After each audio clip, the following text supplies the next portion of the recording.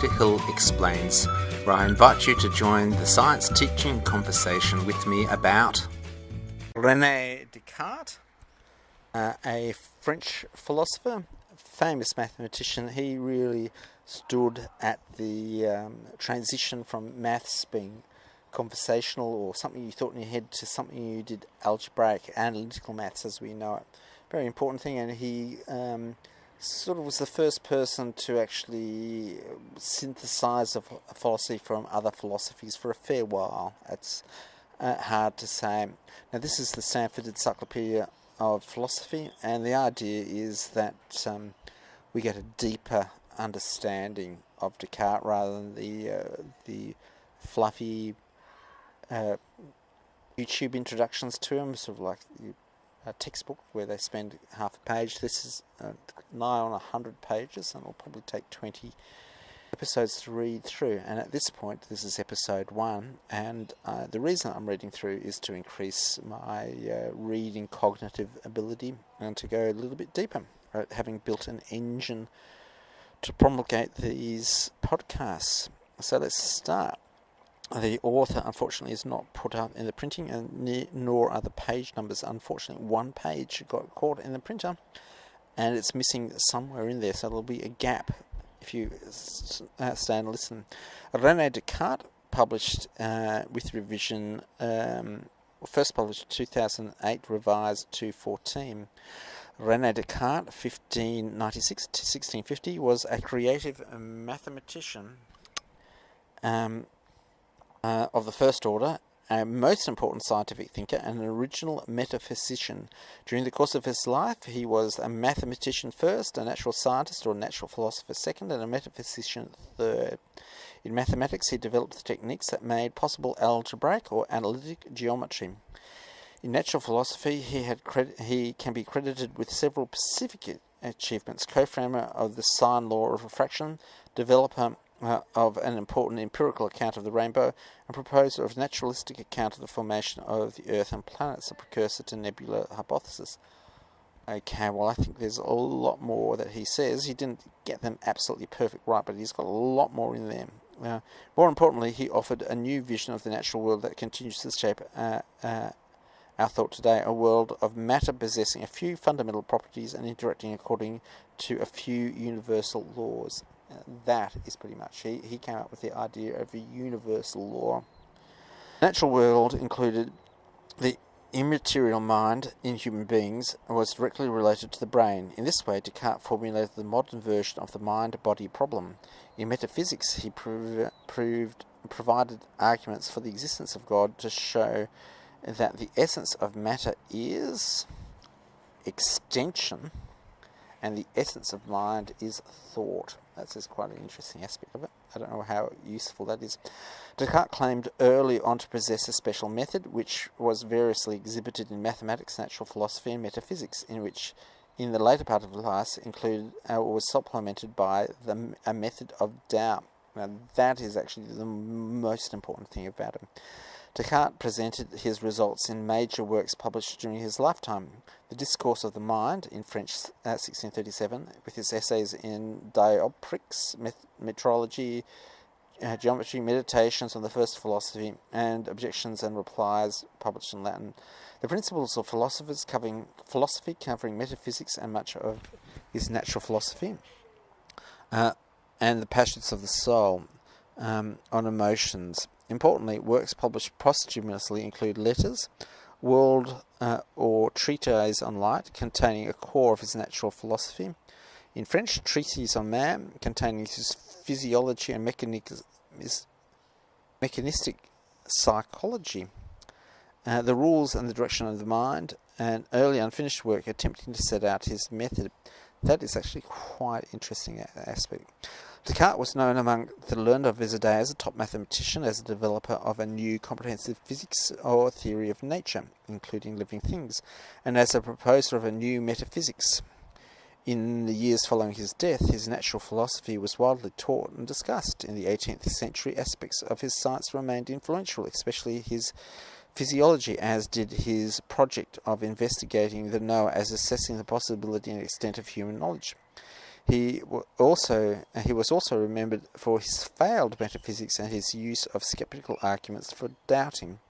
In the 19th century, he was revered for his mechanistic physiology and theory that animal bodies are machines, that is, constituted by material mechanisms governed by the laws of matter alone. You've got to remember that prior to him, animals were still mystic beings. They were just, they're distinguished as people.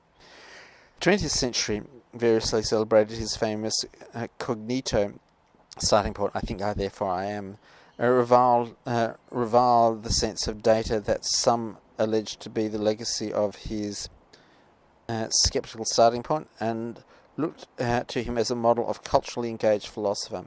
Definitely he's a super philosopher. He has been seen at various times to be a hero and as a villain, as a brilliant theorist who set new directions of thought, and as a harbinger of cold, rationalistic, calculative conception of the human beings. Those who study Descartes should engage in his works in some detail prior to developing a view of his legacy. And that's, my friends, what we're doing at the moment. We're going in, and I think that's a good warning to everyone. You should really spend a little time, an hour or so. I think it's going to take an hour all up to get through this. Intellectual biography 1.1 Early life and education. Descartes was born on 31st of March 1596 in his maternal grandmother's house in La Haye. Okay, I sort of remember that Descartes was actually born in Descartes, which is okay. In Lorraine region of France, his father Joachim, a lawyer who lived in Châtellerault, 22 kilometres southwest of La Haye, across the Creuse River in the Poitou region, was at the Parliament of Brittany in Rennes. The town of La Haye, which lies 47 kilometres south of Tours, was subsequently been renamed Descartes. Okay, there you go. When Descartes was 13 and 1.5 months old, his mother Jeanne Brouchard died in childbirth. The young Rene spent the first years of his with his grandmother Jean Saint Brouchard in La Haye, together with his older brother Pierre and older sister Jeanne. It's likely that when he moved to the house of his great uncle Michel Ferrand, who, like many of Rene's male relatives, was a lawyer, and who was a counsellor of the king in Châtellerault, when Descartes met Isaac Beckham in 1618, Descartes introduced himself as Poitevin, or Poitou. Okay, so it's the Poitou region. Okay. Some references here. At this time, and again later on, he signed his letters du Perron and called himself Sieur de Perron, the Lord of Perron, after a small farm in Poitou, where he inherited his mother's from his mother's family. But he did not neglect his birthplace at La Haye. In a letter of 1649, he described himself as a man who was born in the gardens of Touraine. In 1606 or 1607, Descartes entered a newly founded Jesuit college of La Flèche, where he remained until 1614 or 1615. He followed the usual course of his studies, which included 6 to 5 years of grammar school, including Latin and Greek grammar, classical poet Cicero, followed by 3 years of philosophy curriculum. By rule, Jesuits' philosophy curriculum followed Aristotle, of course it would. It was divided into then standard topics of logic, morals, physics, and metaphysics. The Jesuits also included mathematics in the final 3 years of studies. Aristotle's philosophy was approached through textbook presentations and commentaries on Aristotle's works. How mind-bending. Aristotle himself frequently discussed the positions of his ancient predecessors. The most extensive commentaries were elaborated in some details on positions other than Aristotle's. With this framework, and taking into account the reading of Cicero, Descartes would have been exposed in school to the doctrines of the ancient atomists, Plato, and the Stoics. I have to really quite understand that. And he would have heard of the skeptics. Further important intellectual events were known at La Flèche, including the discovery of the moons of Jupiter by Galileo in 1610. So that gives you an idea. He was contemporary of Galileo. Hence, although scholastic Aristotelian philosophy was dominant at his school, it was not the only type of philosophy he knew. Famously, Descartes wrote an autobiography portion of the discourse that, when he left school, I found myself beset by so many doubts and errors that I became to think I gained nothing from my attempts to become educated, but increasing recognition of my ignorance. And yet, in the next paragraph, he allowed that he did not cease to value the exercises done at schools for languages, fables, oratory, poetry, mathematics, morals, and theology, and philosophy all had their value, as did the jurisprudence, medicine, and other sciences, including engineering, which served as professions and one might study after attending such a school as La Flèche.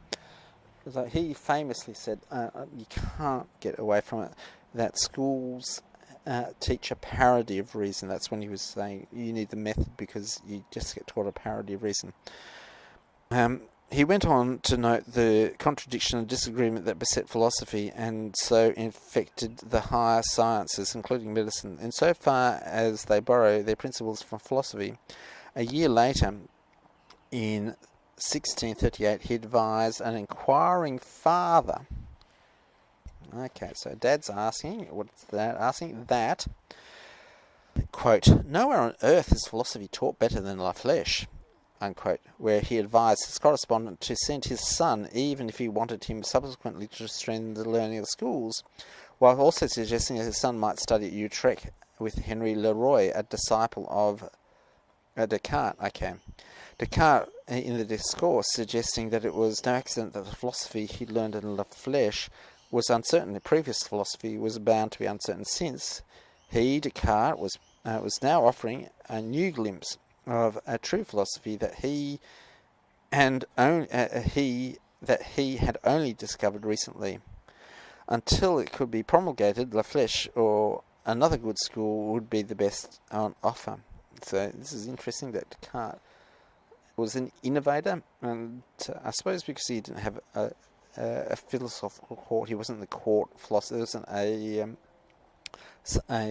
he wasn't teaching at university, so it's sort of like your self-made philosophy, do-it-yourself philosophy. Although it was Descartes doing it. His family wanted Descartes to be a lawyer. It's strange you'd say Rene to be a lawyer, Descartes. Like his father and many other relatives, to this end he went to Poitiers to study law, obtaining a degree in 1616. But he never practiced law or entered into the governmental service. Such practice would make impossible, whatever that means. Such practice would make possible. Instead, he became a gentleman's soldier, moving in 1618 to Breda to support the Protestant Prince Maurice against the Catholic parts of the Netherlands, which later formed Belgium, which were controlled by Spain, a Catholic land like France, but at this point an enemy. Okay. 1.2 First results, new mission and method. While in Breda, Descartes met Isaac Beckman, a Dutch mathematician and natural philosopher. Beckman set various problems for Descartes, including the question about falling bodies, hydrostatics, and mathematical problems. Descartes and Beckman engaged in what they called physico-mathematica, or mathematical physics. Since antiquity, mathematics had been applied to various physical subject matters in optics, astronomy, mechanics, focusing on the lever and hydrostatics. Beckman and Descartes brought to this work commitment to atoms as basic as the constituents of matter, as had the ancient atomists, and they attribute not only size, shape, and motion, but also weight to those atoms. Amazing. Good on you, Descartes. This is true. When you read it, you say, well, what's going on here? Descartes opened a section of his notebook titled Democritus, in honour of the ancient atomists Democritus. At the time, Descartes discovered and conveyed to Beckman the fundamental insight that makes analytical geometry possible, a technique for describing lines of all sorts by using mathematical equations involving ratios between lengths. Descartes himself did not foresee replacing geometrical constructions with algebraic formula. Rather, he viewed geometry as the basic mathematical science, and he considered his algebraic techniques to provide a powerful alternative to actual compass and ruler constructions, which later combined became too intricate. that's really interesting there. Okay, so the graphs were really there. He added the equations graph. When in the 19th century algebra analysis took precedence over geometry, the rectilinear coordinate system of algebraic geometry became known as the Cartesian Coordinates in honour of Descartes' discovery. Very important, the graph is Descartes. Descartes left Breda in 1619 to join the Catholic army of Maximilian I, Duke of Bavaria and allied to France. The war concerned the authority of Ferdinand V, a Catholic who had been crowned Emperor of the Holy Roman Empire in September. Descartes attended the coronation and was returning to the army when winter caught him in a small town of Ulm, or perhaps Neuburg, not far from Munich. On the night of November the 10th, 1619, Descartes had 3 dreams that seemed to provide him with a mission in life. This is interesting stuff, I didn't know this. The dreams themselves are interesting and complex. Descartes took them from the method that a message that he should set out to reform all knowledge, and decided to begin with philosophy, since the principles of other science must be derived from it. So that's pretty amazing. One night, November 10th, is a D-Day. I'm sort of sympathetic to this. Descartes was familiar with both mainstream philosophy and recent innovators, those who, among other things, rejected aspects of Aristotle's philosophy. That is, starting really with Galileo's dad, including reading that he did from 1620 on. In 1640 he recalled having read various works in philosophy around the year 1620, written by the well-known commentators on Aristotle, Francisco Toledo and Antonio Rubo, and Cumbrian commentators, together with an abstract or summary of the whole scholastic philosophy by Eustace of St. Paul, whose Summa Philosophae was first published in 1609. I'll have to read that one. In 1638 he recalled having read Thomas Cambelier's De Sensu Reum about 15 years before, and not being much impressed. And in 1630 he was able to rattle off the names of recent innovators in philosophy, including Cabello, Tesco, Guardo Bruno. He's my superstar hero, Bruno. Gordiano Bruno, love him. Lucio Vanini and Sebastian Besson, whoever those people are, gone in history. Descartes' activities during the early 1920s are not well documented. He was in France part of the time, visiting Poitou to sell some inherited properties in 1622 and visiting Paris. He went to Italy in 1623 to 25 and returned and lived in Paris, where he was in touch with the metaphysicians and national philosophers in the circle of his long friend, correspondent Martin Mersenne. Oh, Mersenne! He's a famous person, Mersenne Prime, so I know all about that one. While in Paris, he worked on some mathematical problems and derived the sine law for refraction, which facilitated his work on formulating mathematically the shapes of lenses, later published in Dioptrics. His major philosophical effort during these years was on the rules, a work to convey his new method. Really interesting, his work with the bullseye. He dissected a bull to get the basic optics. In the rules, he sought to generalize the methods of mathematics so that as to provide a rule to clear knowledge of everything in human beings can know. His methodological advice included suggestion that is familiar to every student of elementary geometry. Break your work up into small steps that you understand completely, and without which you have utter certainty. Check your work often. But he also gives advice for the ambitious seeker of truth concerning where to start and how to work up to greater things. Thus, Rule 10 reads, in order to acquire discern, we should exercise our intelligence by investigating what others have already discovered and methodically survey even the most insignificant products of human skill, especially those which display order. As examples of simple arts in which order prevails, he offered the carpet making and embroidery.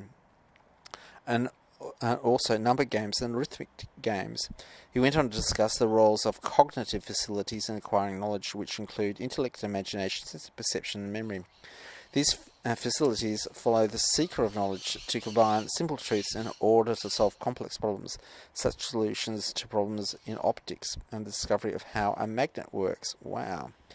That's quite interesting, and that is really basically underpins, I suppose, gifted and talented thought. By the end of 1628, Descartes had abandoned work on the rules, having completed about half of his projected treatise. In that year he moved to the Dutch Netherlands, and after he returned to France infrequently, prior to moving to Sweden. Oh God, poor man. While in the Netherlands he endeavoured to keep his address a secret, and he changed locations frequently in accordance with his motto, "Who lives well hidden lives well." And I sort of like that. I think that's what a nice person. He was also a bit paranoid of getting a Galileo treatment, and that's such an important thing. So that ends this podcast, and in a certain sense, you've really got to knuckle down, not spend so much time promoting yourself, and actually live secretly and move things away. Very interesting to read that. Thanks a lot for listening.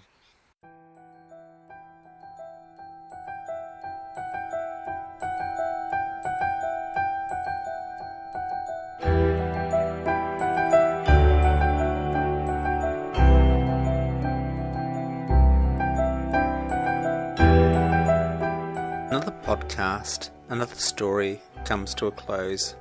It's been a pleasure sharing this moment in time with you.